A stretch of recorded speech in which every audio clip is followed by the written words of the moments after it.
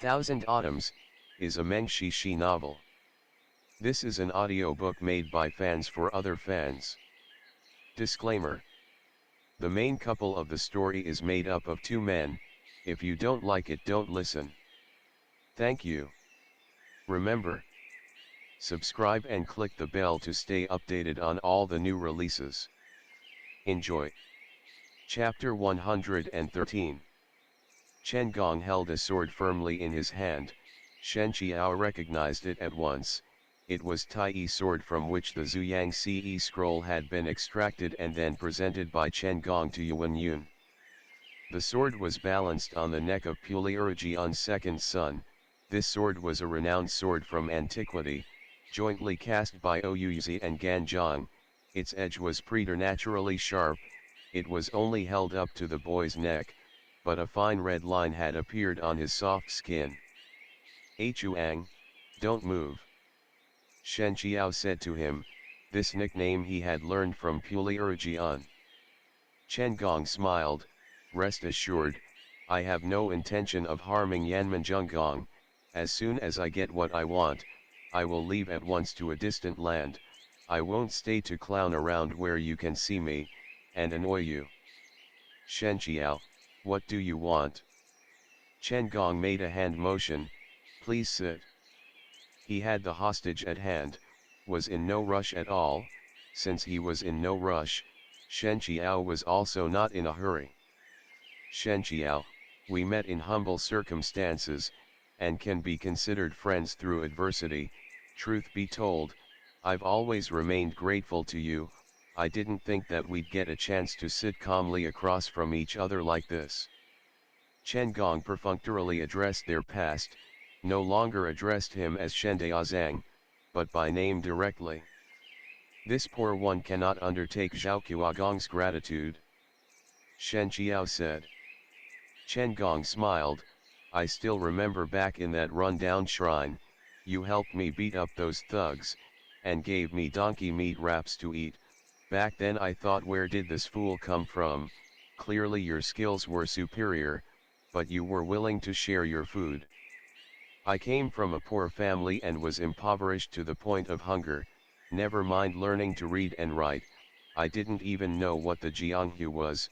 Not until much later did I realize how high of a position you held in the Jianghu, how formidable your reputation was, until that one match, and then you were left with nothing, forced to drag around your disabled body through the Jianghu.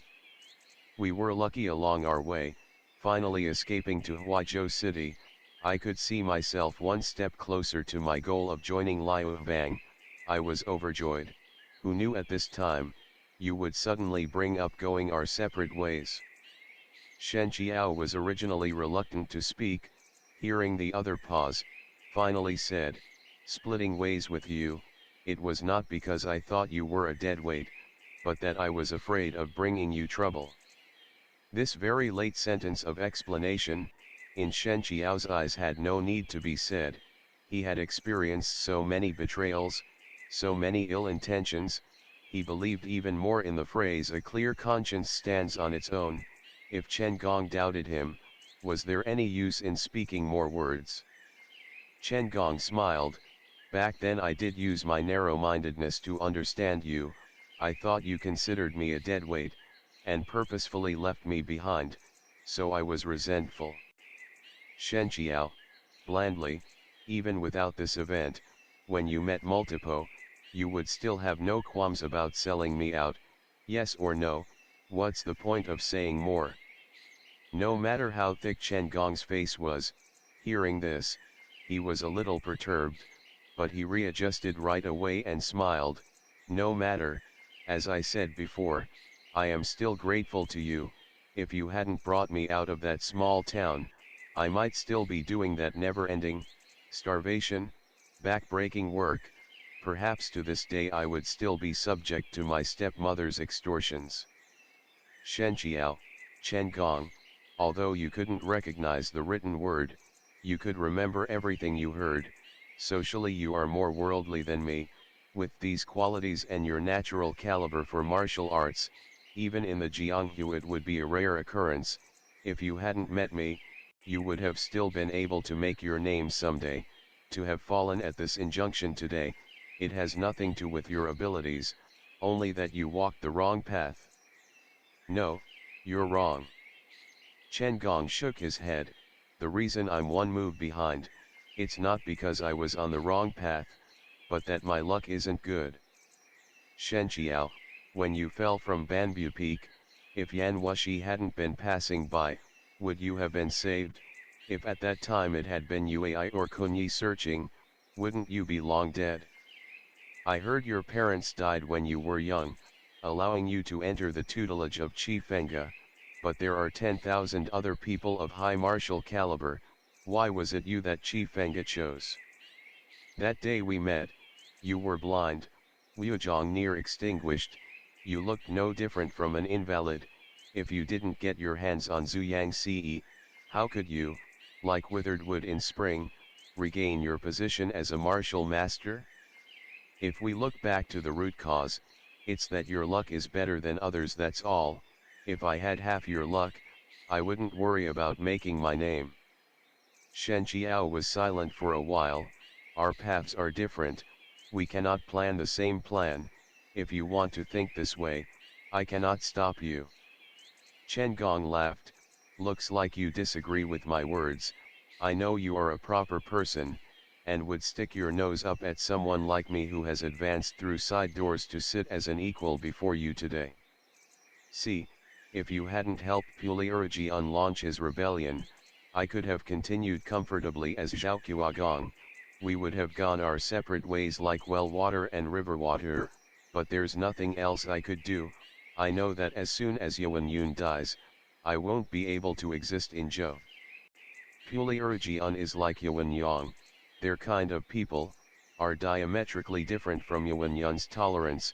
He is certain not to have a use for me, perhaps to demonstrate the dawn of a new dynasty. He needs to kill a couple of courtier officials like me, thus we are here today to discuss conditions. I know that Zhou's inner palace holds a scroll of Zuyang Ce, but after Yuan Yang's death, I searched high and low in the palace for it with the permission of Yuan Yun, but could not find it. I thought, that scroll was probably taken away during the chaos. For a commoner, the scroll is useless, unless they were a Jianghu person, so it was most likely Huanyu sect. You and Yan Wushi are quite close, he must have also shown you that scroll. Shen Qiao, blandly, that's correct, I am in possession of that scroll, but it was not given to me by Yan Wushi, but Puliurjian. Chen Gong, suddenly understanding something, no wonder, Puliurjian's daughter is Yuan Yun's empress, naturally the one closest to the water tower gets the moon. The reason you were able to recover your Wujiang so fast must be because of Zuyang Ce. This was not phrased as a question, but a statement of certainty, because Chen Gong himself has also practiced Zuyang Ce. Looking at it this way, his Wujiang and Shen Qiao's had the same origin. Shen Qiao, you want me to exchange Zuyang Ce for Yanmenjunggong? Chen Gong smiled, yes, but I don't just want the scroll from the inner palace, the scroll from Xuandu's Han, I want that one too. Shen Qiao, the scroll that Puliurjian gave me, I have it with me, I can give it to you, but the scroll from Xuandu's Han has long been destroyed by my Shizun, I can only recite it, I don't have the original, I'm afraid you'll suspect that I altered the contents. Chen Gong, if it was anyone else, I may suspect them, but if it's you, I trust your character. Shen Qiao remained expressionless, thank you for your trust. He took out that scroll of Zuyang Ce, tossed it to Chen Gong. Each scroll of Zuyang Ce was written on silk material, the ink was infused with herbs, and would not fade for a long time, the silk was light and thin, easy to store. Chen Gong didn't inspect the thing in his hands, but this material was hard to find. Once it was on hand, he knew it was the same as the one he removed from Tai's sword, authentic. He received the scroll, and tucked it away, my thanks in advance for reciting the scroll from Xuandu's Han. After I memorize it, I will release Yanmenjunggong. The hostage was in his hands, he held the advantage, and felt confident in his position. Shen Qiao saw that the boy in his arms was not doing too bad, so started reciting the Zuyang Ce scroll from Xuandu's Han. Chen Gong listened carefully. After he was done, nodded, "I've memorized it. There were some phrases I didn't completely understand, but I think things have wrapped up in the palace. If I wait until Yan Wushi gets here, 1 against 2, I won't gain anything, so I have no time to get your advice on it. It's a pity." Shen Qiao, Yan Wushi and Switing are still fighting. They won't be done anytime soon.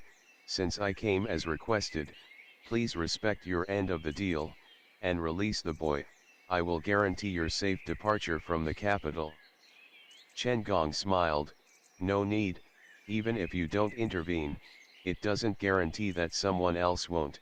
I know Yan Wushi has a disciple left in the city, his Wuzhong is not bad, my skill level today should be comparable to his. I'm not willing to take that risk. I have to have Yanmenjunggong accompany me on this next segment, until I'm out of the capital. I will release him then." Shen Qiao knew that words meant nothing to this type of person. If he got angry now it would be pointless, so he schooled his expression into neutrality, just looked at him a while, then nodded, "Fine, but if you do not stand by your word and release the boy, even if you flee to the edges of the sea, I will find you and kill you." Chen Gong laughed, "Haha, rest assured, why would I bring along this dead weight?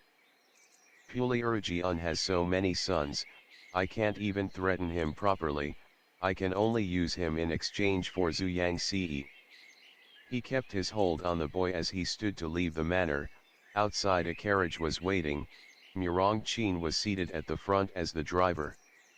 Although Chen Gong appeared calm, he was on total guard against Shen Qiao, afraid he'd suddenly change his mind.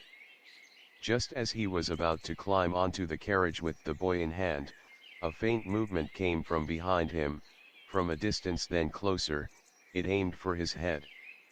Murong Qin moved, lunged towards Chen Gong's back. But in that flash, even if he knew Murong Qin would come to his aid, Chen Gong couldn't help but turn his head to look. As he turned his head, Shen Qiao moved. His form was like a ghost. When it appeared in front of Chen Gong had not yet fully comprehended what was happening behind him before he felt a sudden pain in his wrist. Tai sword fell from his hands, and his arms were empty. Shen Qiao had grabbed Puli Ying, his other hand was pressed towards his chest. Chen Gong felt a dull pain in his chest, his body flying backwards like a tetherless kite, his momentum only stopping when he slammed into a pillar, and fell heavily to the ground. This strike of Shen Qiao's, he had used 7/8 parts of his Genki, its power was significant. Chen Gong spit out a mouthful of blood onto the floor. Before he could react, Shen Qiao had sealed his meridian points, then he saw the glint of Tai's sword. Chen Gong cried out miserably, his eyes wide open, no longer the image of self-assuredness from before. Where is my inner qi? Shen Qiao, you nullified my Wuzhong. He raged. The refined speech that he had built up over the years along with his rise in position vanished like smoke and dust. In this moment, it was as if he was back to that impoverished youth who could only seek shelter in a dilapidated temple. You dare nullify my Wuzhong? Who do you think are? Who do you think are? Shen Qiao threw Tai's sword on the ground. Your turn in fate, started with meeting me in the run-down temple. Since it is like that, then let me be the one to end it. You're not an impartial person, your Wuzhong to you, is only a tool to ascend the ranks, but for others, it may be the disaster that ends their lives. He shook his head, Chen Gong, you don't deserve to practice martial arts. Yes or no, you're not the one to decide. Chen Gong bared his teeth, if looks could kill, Shen Qiao would already be in several pieces. What piece of shit are you? You're only a dog moaning under Yan Wushi, seducing him, tricking him into giving you Zhu Yang Ce, how much better than me do you think you are? He spat out an endless stream of filth. Shen Qiao was about to seal his speech meridian point, only to see Fulier Ying bent over picking up Tai sword from the ground. He grasped its hilt, pulled the sword back, and then stabbed him straight in the heart. A fresh gush of blood, and Chen Gong died with his two eyes wide open. Shen Qiao was shocked.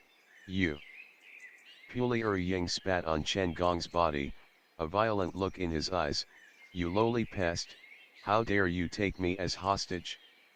Even if Chen Gong had a chance to reflect, he wouldn't be able to understand how he died by the hands of a small child.